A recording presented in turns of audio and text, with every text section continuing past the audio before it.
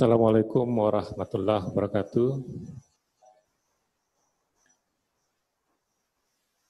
Yang terhormat kepada perwakilan HPI,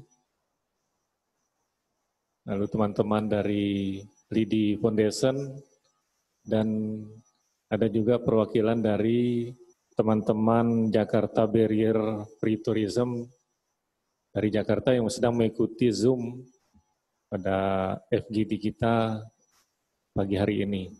Nah, teman-teman yang dari Jakarta ini adalah komunitas disabilitas yang memang intens untuk membuat satu paket wisata begitu, yang kemudian kami undang ke FGD ini. Ada Bang Faisal. Selamat pagi Bang Faisal dari Bandung. Mudah-mudahan sudah bergabung. Bang Jack mungkin dari Lombok. Tadi sudah bergabung. Ya, mudah-mudahan akan bisa memberi banyak masukan dengan apa yang menjadi tujuan kita pada penelitian kelompok program studi usaha perjalanan wisata. Untuk mengetahui sebenarnya apa yang ingin kita tuju pada penelitian ini, nanti Bu Windra ini nanti akan menjelaskan, akan memberikan pengantar lebih awal, supaya kita nanti pada saat berdiskusi bisa saling memberi masukan. Tujuannya, kalau kami minimal penelitian ini atau hasil dari apa yang kita lakukan sekarang bisa menjadi bahan pembelajaran untuk mahasiswa, dan apalagi bisa dimanfaatkan untuk masyarakat luas. Saya kira demikian. Nanti waktu dan tempat kami persilakan Bu Win untuk memberikan pengantar terhadap penelitian kita. Terima kasih Bu. Silakan. Ya, terima kasih Pak Anas. Assalamualaikum warahmatullahi wabarakatuh. Selamat pagi, salam sejahtera bagi kita semua. Om Swastiastu, Namo Buddhaya, salam kebajikan.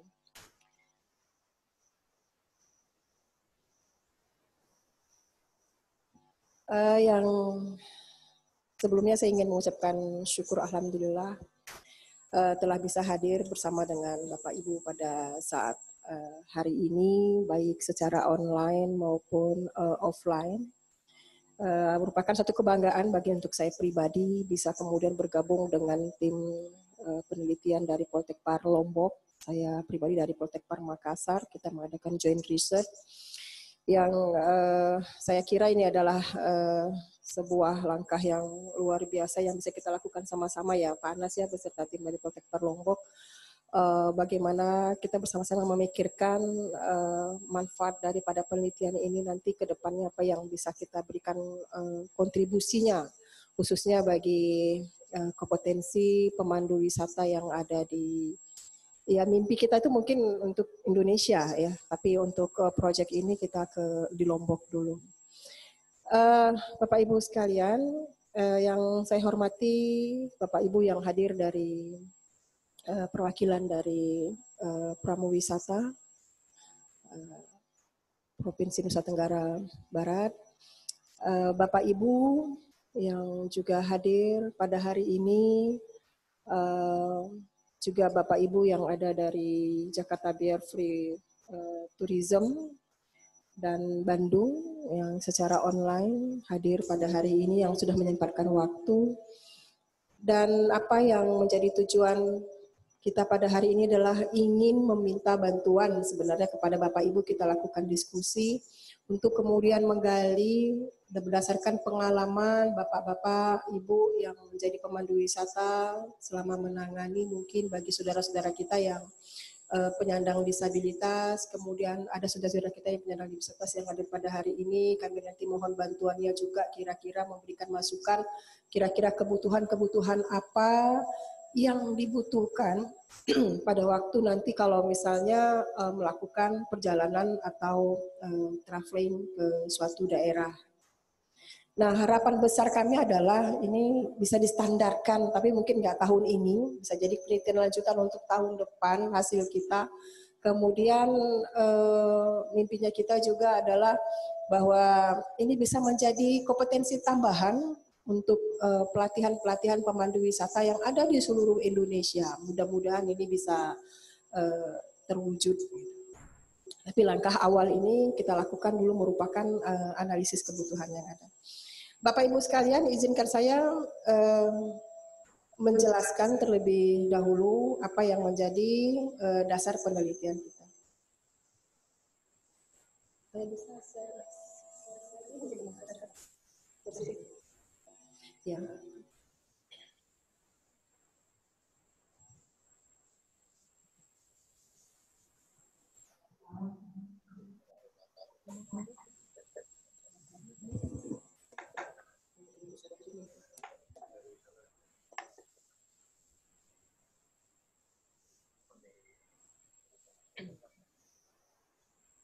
Baik Bapak Ibu sekalian, adapun judul penelitian kita ini adalah analisis kebutuhan penyandang disabilitas terhadap keterampilan pramuwisata di Lombok. Lanjut. Nah, ini ada satu kata-kata yang menjadi pemicu kita kenapa tema ini yang kemudian kita angkat. Jadi ada Mr. Noel Helm itu mengatakan bahwa menjadi disabilitas bukan berarti tidak mampu, tapi memiliki kemampuan yang berbeda. Begitu ya, Bapak Ibu yang di atas, setuju ya? Ya. Jadi dasarnya inilah awal mengapa kita menganggap ini adalah hal yang penting. Karena apapun itu berangkat dari mungkin stigma ataupun paradigma yang secara umum yang masih dimiliki oleh masyarakat kita mungkin adalah bahwa penyandang disabilitas itu adalah orang-orang yang mohon maaf itu yang patut dikasihani gitu ya. Tetapi fakta yang kita temukan di jalan atau yang mungkin timnya Pak Anas sudah lakukan di beberapa tempat, sebenarnya Bapak Ibu tidak membutuhkan itu gitu ya dari hasil wawancara kita, tapi adalah butuhnya pelayanan khusus ya bagi Bapak Ibu yang memiliki kebutuhan khusus tersebut. Lanjut. Nah, ini adalah latar belakangnya kita. Jadi Undang-Undang Nomor 8 Tahun 2016 itu sudah menyatakan bahwa penyandang disabilitas itu merupakan bagian dari masyarakat Indonesia yang mempunyai kedudukan, hak, kewajiban, serta peran yang sama dengan masyarakat Indonesia lainnya dalam kehidupan dan penghidupan lainnya. Artinya posisi kita sama Bapak Ibu sekalian. Jadi tidak ada membedakan lantaran kita kurang ini, kurang itu, dan segala macam. Toh kita yang lihat manusia seutuhnya, kita nggak bisa lihat secara fisik, tapi adalah keseluruhan, baik luar maupun dalamnya. Nah, lalu kita melihat ada peraturan daerah Provinsi Nusa Tenggara Barat nomor 4 tahun 2019 itu ada 5 poinnya, tapi yang poin pertama itu menyatakan bahwa pemenuhan hak penyandang disabilitas secara optimal, penuh dan setara dalam segala aspek. Nah, ini sudah masuk dalam Perda. Nah, tapi implementasinya seperti apa? Kan begitu kemudian pertanyaannya. Nah, yang kedua adalah meningkatkan taraf kehidupan, kesejahteraan, kemandirian, dan kualitas hidup. Lanjut. Yang ketiga, ya, Perda juga menyatakan bahwa melindungi penyandang disabilitas dari penelantaran dan eksploitasi, pelecehan, dan segala tindakan diskriminatif. Nah, artinya ya mungkin beberapa kali Bapak Ibu pernah punya pengalaman perlakuan-perlakuan yang diskriminatif. Sebenarnya ya bukan cuma secara verbal ya. Contohnya adalah mungkin yang hal-hal kecil adalah fasilitas pendukung ya, fasilitas yang dimiliki baik gedung, hotel, restoran ataupun fasilitas umum masih belum bersahabat dengan para saudara-saudara kita penyandang disabilitas pada saat ini. Nah, itu adalah salah satu bentuk diskriminatif sebenarnya. Yang keempat, memastikan bahwa adanya pemenuhan hak ya untuk mengembangkan diri sesuai bakat dan minat yang dimiliki. Nah, ini kita melihatnya bahwa Bapak Ibu yang penyandang disabilitas juga punya hak yang sama dengan kita kok, karena kita sama-sama manusia. hak apa, yaitu salah satunya ya hak berekreasi. Kita datang melakukan traveling ke suatu daerah, ya, kita melakukan perjalanan, harusnya apa yang menjadi kebutuhan khususnya Bapak Ibu tersedia di sana. Ya, baik sarana prasarana maupun sumber daya manusia yang memahami kebutuhan daripada Bapak Ibu sekalian. Nah, lalu selanjutnya yang kelima, meningkatkan kemampuan, kepedulian dan tanggung jawab pemerintah daerah serta peran serta pelaku usaha, masyarakat, lembaga kesejahteraan sosial dan atau organisasi kemasyarakatan dalam pelindungan dan pemberdayaan penyandang disabilitas secara melembaga dan berkelanjutan. Nah, jadi melihat perda ini sebenarnya sudah menjadi suatu kewajiban dan kami juga selaku lembaga pendidikan artinya punya kewajiban bagaimana ini kemudian mendukung atau mendorong daripada kebutuhan khusus bukan oleh Bapak Ibu para penyandang disabilitas. Ya, dari kacamata kita selaku lembaga pendidikan adalah inilah salah satunya hasil penelitian ini harapan kita akan bisa menjadikan semacam rekomendasi ke depannya. Jadi bagaimana hak-hak Bapak Ibu selaku kita manusia sama-sama ini terpenuhi di mana saja. Nah, tapi dalam sekarang ini skalanya adalah dalam skala pariwisata kita bicara, ya, karena penelitiannya nggak bisa kita lakukan punya keterbatasan, tapi ini kita akan fokus kepada pramuwisata. Pada waktu Bapak Ibu melakukan kegiatan aktivitas wisata di suatu daerah ataupun satu tempat. Selanjutnya. Nah, ini adalah penelitian terdahulu. Jadi kalau untuk di luar negeri, itu sudah ada satu penelitian tahun 2010, itu yang berjudul Disable Travel, Not Easy But Doable. Ini singkat, padat, tapi keren hasilnya. Jadi dikatakan bahwa itu bukan hal yang mudah, tapi bisa dilakukan. Dan judulnya itu menyatakan seperti itu. Nah, jadi dari hasil itu juga menyatakan bahwa orang penyandang disabilitas itu tidak senang kalau mereka ditempatkan atau dianggap sebagai orang sakit. Nah, si penelitian itu menyatakan itu. Nah, itu yang mungkin harus kita pahami untuk kita yang dikatakan dalam kondisi secara fisik adalah normal. Nah, mereka memang tidak suka dikatakan orang yang harus dikasihani. Gitu. Ya. Nah, karena kondisi itu ternyata berpengaruh terhadap artinya tadi diskriminasi bahwa kita menurunkan atau merendahkan rasa percaya dirinya mereka gitu. Padahal mereka merasa mampu, tapi karena lingkungan tidak mendukung itu, jadi mereka merasa akhirnya tidak mampu. Gitu. Nah, itu dari hasil penelitian yang ada. Lanjut.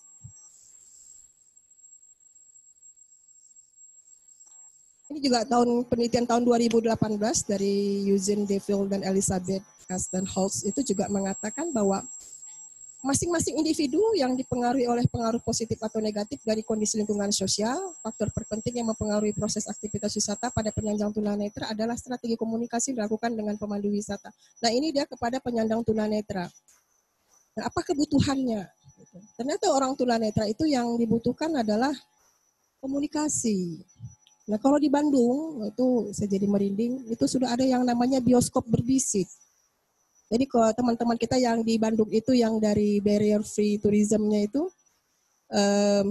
sudah melakukan atau sudah memiliki, kalau saya baca artikelnya, namanya bioskop berbisik. Jadi penyandang disabilitas yang tunanetra itu bisa nonton bioskop. Nah, begitu mereka nonton bioskop, mereka didampingi dengan satu orang, apakah dia sukarelawan, yang duduk di sebelahnya, kemudian sambil menonton, sound dan segala macam, dia bercerita secara berbisik untuk kemudian mendeskripsikan apa tayangan yang ada di depan. Jadi si penyandang tunanetra akan terbantu untuk kemudian menghayalkan atau membayangkan apa yang diceritakan oleh si pembisik. Itu namanya bioskop pembisik. Nah, helper inilah, ya, sukarelawan inilah sini perannya kalau kita bicara dari tugasnya pemandu wisata, ya tugas kita juga ya Bapak Ibu ya, yang sebagai guide gitu. Yang selama ini kita kan nggak paham. Nah, jadi dengan menemukan antara Bapak Ibu pemandu wisata dengan para penyandang disabilitas, harapan kami akan ketemulah kebutuhannya itu apa. Gitu. Jadi kita ketemukan ini tujuan FGD itu adalah itu. Bapak selanjutnya. Nah, ini dari artikel dan ternyata ada tips. Jadi ini sudah banyak di luar negeri sebenarnya. Bahwa orang luar negeri kalau di Europe ya overseas gitu ya, mereka sangat percaya diri walaupun mereka menggunakan kursi roda untuk melakukan traveling keliling dunia gitu. Ya. Ini ada 5 tipsnya dan salah satu itu di poin ketiga itu sebenarnya adalah temukanlah pemandu wisata yang tepat. Salah satu tipsnya itu mencari. Nah, saya nggak tahu apakah kita di sini punya aplikasi belum pramuwisata kita ini. Harapan saya gitu, kadang bukan saya ya sebenarnya, harusnya gitu ya. Ada aplikasi khusus untuk pemandu wisata yang kita bisa kemudian mendeskripsikan diri kita, Bapak Ibu pemandu, saya pemandu A, itu bisanya kompeten dalam bidang ini. Melayani wisatawan. Jadi mindset kita juga sebagai pemandu wisata bisa jadi harus kita rubah bahwa penyandang disabilitas ini adalah wisatawan spesial dengan pelayanan khusus gitu. Jadi salah satu segmen pasar yang ada di kita gitu.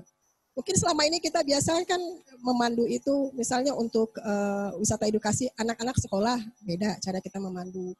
Kemudian ibu-ibu, beda kita cara memandunya gitu ya. Lalu kemudian kalau dia grup, terus small group atau individu, couple, kan beda-beda caranya. Kita tambahkan satu lagi, itu adalah disabilitas gitu. Jadi itu adalah pilihan segmen pasar kita. Bagaimana kita memandu? Nah ini yang kemudian kita cari-cari itu belum ada. Gitu. Ya mudah-mudahan lah harapan kita setelah ini ada khusus untuk itu gitu. Jadi kebutuhan-kebutuhannya apa. Jadi nanti kita minta Bapak Ibu yang ada di sini dari penyandang itu speak up, ngomong, ini butuh ini supaya bisa kita menjadikan masukan dan rekomendasi daripada hasil penelitian. Baik, selanjutnya. Nah, ini ada satu cerita, jadi ada satu aplikasi di Chili, pemenangnya punya si Camilo dan Alvaro ini, itu dia punya aplikasi namanya Well the World. Ya, nah si Camilo ini, temannya itu si Alvaro itu cacat, kakinya patah karena kecelakaan, kursi roda, cuman dia lihat temannya ini hobi traveling. Kemudian timbul idenya dia untuk bikin aplikasi gimana caranya temannya bisa tetap traveling walaupun dengan kondisi dengan menggunakan sepatu roda. Dan akhirnya mimpi ini menjadi besar, mereka malah jadi punya perusahaan dari aplikasi ini. Kemudian memungkinkan bahwa orang disabilitas itu melakukan hiking, diving, kayaking, bersepeda, dan ziplining gitu. Nah, jadi selain mereka membuat aplikasi ini, mereka jadi tour operatornya juga gitu. Akhirnya mereka kreatif kemudian mengembangkan alat bantu, jadi kursi roda itu mereka dimodifikasi sedemikian rupa sehingga memungkinkan untuk buat hiking, buat climbing gitu. Nah, kano itu mereka modifikasi jadi kayak yang memang bisa digunakan oleh penyandang disabilitas. Jadi kemudian kesempatan untuk mengembangkan alat-alat bantu ini juga makin berkembang gitu, hanya dari ide kecil saja. Jadi tidak ada lagi batasan bahwa oke, disabilitas nggak bisa melakukan ini tuh nggak bisa. Jadi itu sudah terbantahkan dengan apa yang sudah mereka lakukan. Nah, hanya saja memang dalam prakteknya kalau kita lihat dari gambar, mereka tetap butuh orang yang bisa membantu, melayani, mendorongkan kursinya gitu. Nah, itu kan butuh teknik. Mendorong kursi roda saya kira nggak bisa sembarangan kan gitu. Nah ini yang sebenarnya menjadi inti juga. Tekniknya bagaimana cara aman membantu orang yang menggunakan kursi roda. Cara aman membantu orang dalam yang menggunakan kru dalam perjalanan. Nah, apa yang boleh, apa yang tidak boleh gitu. Kita lakukan selaku helpernya gitu. Ya. Lanjut Bapak Ibu. Nah, Lombok menjadi pilot project yang saya kira kalau ini kita seriusin dengan baik dan benar bisa menjadi pusat, kemudian lahirnya nanti aturan-aturan yang berkompetensi, standar kompetensi yang berhubungan dengan kompetensi guide dalam membuat pelayanan terhadap penyandang disabilitas. Karena apa gitu? Nah, Lombok ini kan sudah menjadi sorotan dunia pada saat ini gitu, dengan pariwisata halal salah satu yang paling terbaik di Indonesia. Dan menurut juga hasil survei daripada Muslim survei itu bahwa kalau untuk wisata halal dunia, Indonesia dengan Malaysia itu tahun 2019 itu berada di urutan yang pertama. Dan Lombok ini yang menjadi sorotan bahwa ini adalah wisata syariah dan wisata halalnya ada Indonesia itu yang Lombok. Nah, jadi sudah jadi sorotan dunia kan. Saya tadi berbicara juga dengan bapak-bapak dari Guide bahwa ya wisatawan luar negeri kan dari tahun 80-an kemarin juga sudah luar biasa, walaupun yang kemudian terkenal Bali saja ya Pak, tapi padahal orang sudah banyak yang ke Lombok begitu. Mandalika, iya. Nah, lalu ada kita punya kawasan ekonomi khusus Mandalika pada saat ini gitu. Sudah ada sirkuit Mandalika yang bertaraf internasional tahun 2021 ya Pak Anas, mau diadakan MotoGP. Nah, artinya kan bukan cuma fasilitas yang mesti harus kita siapkan, tapi sumber daya manusia yang membantu. Bukan nggak mungkin nanti banyak penyandang disabilitas yang hadir dari luar negeri yang datang kemari, itu siapa yang akan handle? Tour operator siap nggak dengan fasilitasnya? Guide kita siap nggak membantu mereka yang memang ingin datang lihat? Itu kan event besar dunia itu yang mungkin di Indonesia akan pertama sekali baru akan diselenggarakan. Jadi kita sebagai SDM yang ada ini kesiapan kita seperti apa dengan orang-orang berkebutuhan khusus seperti itu gitu. Apa-apa yang mesti harus kita siapkan. Nah, itu juga yang menjadi dasar pemikiran kita. Lanjutnya Bapak. Nah, jadi dari kasus-kasus di atas itu penelitian kita tuh cari ada dua rumusan masalah, yaitu bagaimana kebutuhan pelayanan penyandang disabilitas pada saat traveling. Nah, ini nanti kami mohon sekali masukan dari Bapak Ibu sekalian, kira-kira apa yang menjadi kebutuhan, lalu apa saja keterampilan yang harus dikuasai. Nah, dari hasil analisis ini kita akan melahirkan misalnya keterampilan-keterampilan yang perlu dikuasai kemudian oleh Bapak Ibu para pemandu wisata atau helper atau tenaga sukarelawan yang nantinya bisa membantu para penyandang disabilitas ini untuk melakukan traveling. Lanjut, Bapak Ibu. Lanjut, Pak. Nah, cuman batasan penelitian ini kita batasi kepada dua kelompok saja, yaitu penyandang disabilitas fisik atau motorik dan sensorik, misalnya netra, tuli, dan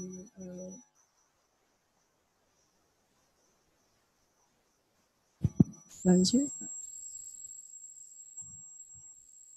Nah, tujuan penelitian kita ini yang paling utama adalah menemukan keterampilan tambahan, nanti kita bilang keterampilan tambahan atau keterampilan baru yang harus dikuasai oleh pemandu wisata dalam mendampingi wisatawan disabilitas pada saat traveling. Jadi muncul.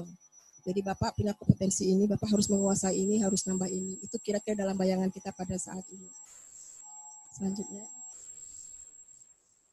Adalah definisi istilah supaya kita punya persamaan persepsi mengenai istilah-istilah yang akan kita gunakan pada waktu kita akan melakukan penelitian. Ibu lanjut. Nah, ini tadi temuan sementara dari hasil laporan sementara yang dibuat oleh kelompok kami adalah bahwa yang harus dirubah pertama sekali adalah mindset.